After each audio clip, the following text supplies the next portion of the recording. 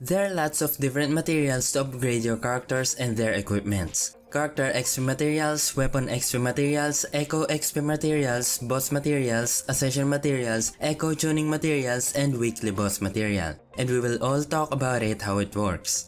When a character levels up, the attack, HP, and defense will increase. So leveling up your character is a must, especially your main damage dealer. When you level them up, you have to use character XP material, but they can only level up to a certain cap, and then it will be locked again. For example, level 20. This is not the final level cap on the game, but to be able to proceed further, you will need to use a different material, the boss material. They can be farmed from bosses after you defeat them and use the wave plate to claim the reward. Different characters have different ascension materials. Say for example Yang Yang. She needs to drop from the Monkey Lord. Verena needs one from the Eagle, and so on and soon. But the Rover is very special. Their boss materials are a reward from exploring the world, quests, union level, and such. So you basically have a free ascension material if you plan to play the Rover. Now then, after you ascended, you can now use the character XP material to get you to another stop, which is level 40. Then again, boss materials to break it through, then character XP again. This goes from level 20, 40, 50, 60, 70, and 80. The higher your level is, the more XP per level you will need. And the same with ascension materials. The cost is exponential, and it's true to all other leveling stuffs of the game. The weapon has the same story. When you level a weapon, the main stat and the substat will increase. This is actually the cheapest way to increase your damage. It holds the best damage increase per wave plate cost. So leveling up a weapon is equally as important as leveling up a character. It has the same weapon ascension level capping feature. Ascension goes from 20, 40, 50, 60, 70, and 80. They use weapon XP material and ascension material. Different weapons needs different ascension materials, so you have to farm for them carefully. Again, same story with leveling up a character. The higher you get, the more XP you need per level, exponential cost.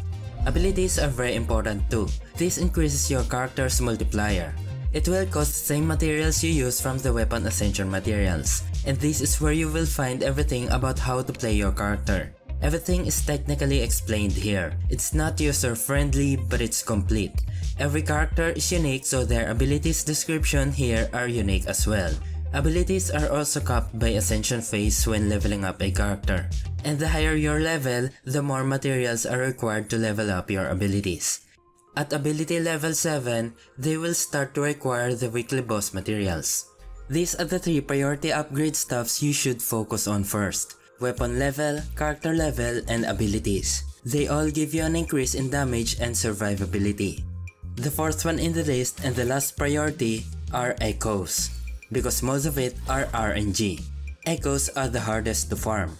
It is so hard that it should be the least of your priority. You can spend a full month of farming and not get anything. So just spend that full month of farming to get your character, weapon, and abilities upgraded first, because that is a guaranteed increase in power. Unlike the RNG of the echoes, you are upgrading it by chance. The stat of the echoes are all RNG. The only fixed stat is the secondary stat. Then everything else is RNG, from the act of farming itself to the main stat, and finally to tuning the substats. We start first on how echoes work. There will be 5 echo slots, and you can put any echoes there. Each of them has category by cost.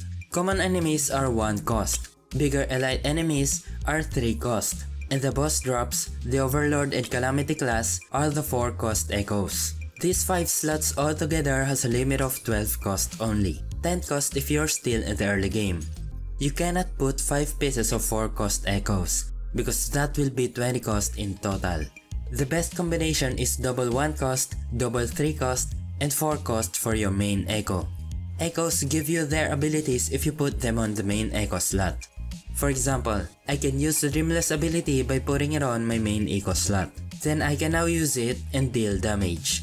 The abilities of echoes are different from one another, so they have their own descriptions.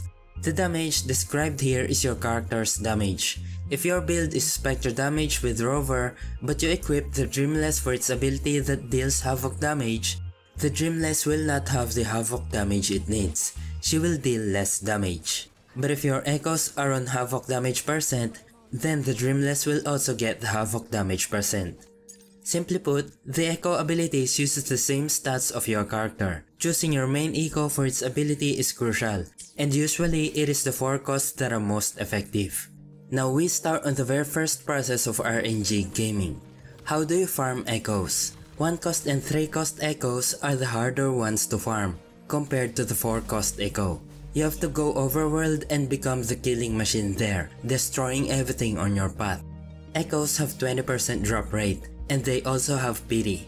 For 1 cost echoes, if you get nothing from killing common enemies 6 times, then the 7th kill will drop an echo. Same story for the 3 cost elite enemies, but the pity is every 4 kills. And for bosses, the 4 cost echoes, every other kill is a guaranteed echo drop. Now this is just a drop of whether it is a 4-star or 5-star echo, and its rate is from your databank level. Databank level 17 gives 50% 5-star drop and 50% 4-star drop. On Databank level 20, the rate is 80% gold and 20% purple. I've made a more detailed video about how to farm echoes efficiently. Check the video on the pinned comment below after you finished this video. And that's a lot of stuffs about echoes, and we haven't talked yet about how to level them. First is, you need to use echo leveling material. There's no level capping in echoes, but they have specific level caps that depends on their rarity. 2-star echo, the green ones, can only be upgraded to level 10. 3-star echoes, the blue ones, can be upgraded to level 15. The 4-star echo, the purple ones, are up to level 20, and 5-star echo, the gold ones, are up to level 25. Again, as we go on higher level, the more materials are needed to level from one level to another. Every 5 level increments will open up a substat slot. You will need to use a tuner material to give that slot a random substat. 3-star will have 3 substats, 4 stars will have 4, and 5 stars with 5 substats. These substats will only be unlocked with the tuner material. They also come in rarity. 3-star tuner for 3-star echoes, 4-star tuner for 4-star echoes, and 5-star for 5. These substats will be random from all this selection. They can also be of the same stat with the main stat. For example, crit rate. You can have crit rate in your main stat and crit rate for the substats. Once you get it unlocked, that's it, regardless if you like it or not. And this is why echoes are the hardest to farm, because of these layers of RNG. Some horror stories that you might learn from me. It has always been my habit to farm overpowered artifacts in Genshin Impact, and I also want to do it here in Wuthering Waves, focusing all my resources to fewer characters than normal players. But I forgot that our accounts are still not in the endgame yet. That means I still have to complete my builds for my supports before over-investing into the main DPS. So what I did is I farmed Dreamless and got like 4 crit rate main stat and leveled all of them, tuned all of them, and all I got were trash substats. I have just wasted gigatons of echo leveling materials that I should have used for my unbuilt supports. Such a tragedy, and it will never happen again. I hope you learn from these mistakes of mine as well. So the question is, what are the strongest stats you should aim for? From the damage formula, you should get attack percent for 1 cost echoes, and metal damage percent for 3 cost echoes, and crit rate or crit damage for your 4 cost echo. But getting the substats, well, just leave it for now. Upgrade and tune all the substats for now. Whatever it is, accept it. One good practice is upgrading an echo to level 20 and tune the substats. If you get a good substats roll, keep it and continue to level it up to 25. But if you have trash substats, just leave them to 20 and use it for your supports, or just make it your fodder to other echoes.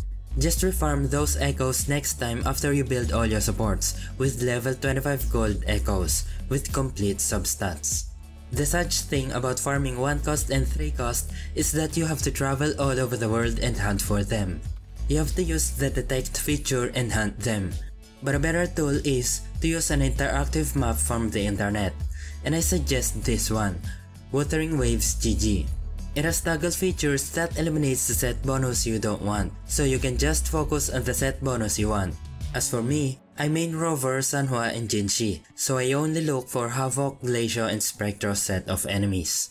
And you can also draft down an imaginary route inside your Giga Brain, because you can see all of them enemies in one screen. Unlike the detect function, you can only see them one by one. Maybe in the future they change it like the interactive map, but for now, for the early versions of this game, this website is a very good tool, and this is not a paid promotion. 4-cost echoes are easier to farm. You just have to kill the bosses and they will drop an echo. There is a pity system in play here. Every other kill will drop an echo.